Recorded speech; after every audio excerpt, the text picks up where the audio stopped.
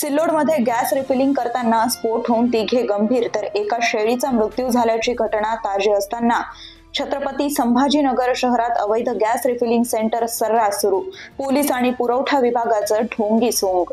काही दिवसांपूर्वी एका कारमध्ये अवैधरित्या गॅस भरताना स्फोट होऊन तिघे गंभीर जखमी तर एका शेळीची मृत्यू झाल्याची घटना सिल्लोड तालुक्यात घडली होती. त्यानंतरही छत्रपती संभाजीनगर शहरात अनेक ठिकाणी अवैध गॅस रिफिलिंगचे सेंटर सर्रासपणे सुरू असल्याचं निदर्शनास आलंय.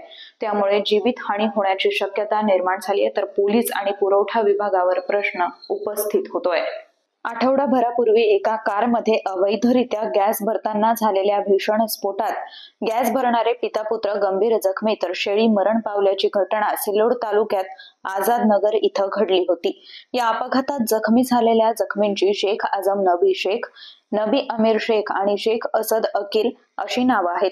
ते एका कारमध्ये गॅस भरत होते. तिसरा सिलेंडर भरत असताना गॅस किटमध्ये क्षमतेपेक्षा अधिक गॅस भरला गेला. यामुळे गॅस किटचा स्फोट झाला होता. ही या घटनेची दृश्य आहेत, तर यापुढील दृश्य छत्रपती संभाजीनगर शहरातील आहेत. सुमारे आठवडाभरापूर्वीच जिल्ह्यात अवैध गॅस रिफिलिंग करताना स्फोट होऊन दुर्घटना घडली असली तरी छत्रपती संभाजीनगर शहरात शहर पोलीस विभाग आणि जिल्हा पुरवठा कार्यालयाच्या मुख परवानगीनं अनेक ठिकाणी अवैध गॅस रिफिलिंगचे धंदे सर्रासपणे सुरू असल्याचं निदर्शनास आलंय.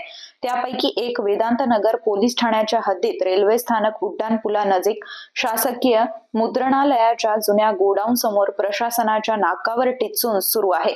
या ठिकाणी घरगुती वापराच्या गॅस सिलेंडर मधून रिक्षामध्ये अवैधरित्या 90 ते 110 रुपयांना 1 किलो गॅस भरला जातो. सदर गॅस रिफिलिंग करणाऱ्या मुलाला चौकशी केली असता संबंधित वेदांतनगर पोलीस ठाणे गुन्हे शाखा, शहर पोलीस दलातील काही वरिष्ठ पोलीस अधिकाऱ्यांचं विशेष पथक आणि जिल्हा पुरवठा विभागाचं पथक हे दर महिन्याला भेट देऊन जातं. धंदा कसा सुरू आहे हे बघून जातं, मात्र काही कारवाई करत नाही अशी माहिती त्यानं कॅमेरासमोर न येता दिली आहे. नेमकं यामागील सत्य काय आहे ते सांगता येणार नाही, मात्र तुर्तास शहरात सुरू असलेल्या अशा अवैध गॅस रिफिलिंग सेंटरमुळे शहरवासीय सुरक्षित नसल्याची गंभीर बाब उघडकीस येते.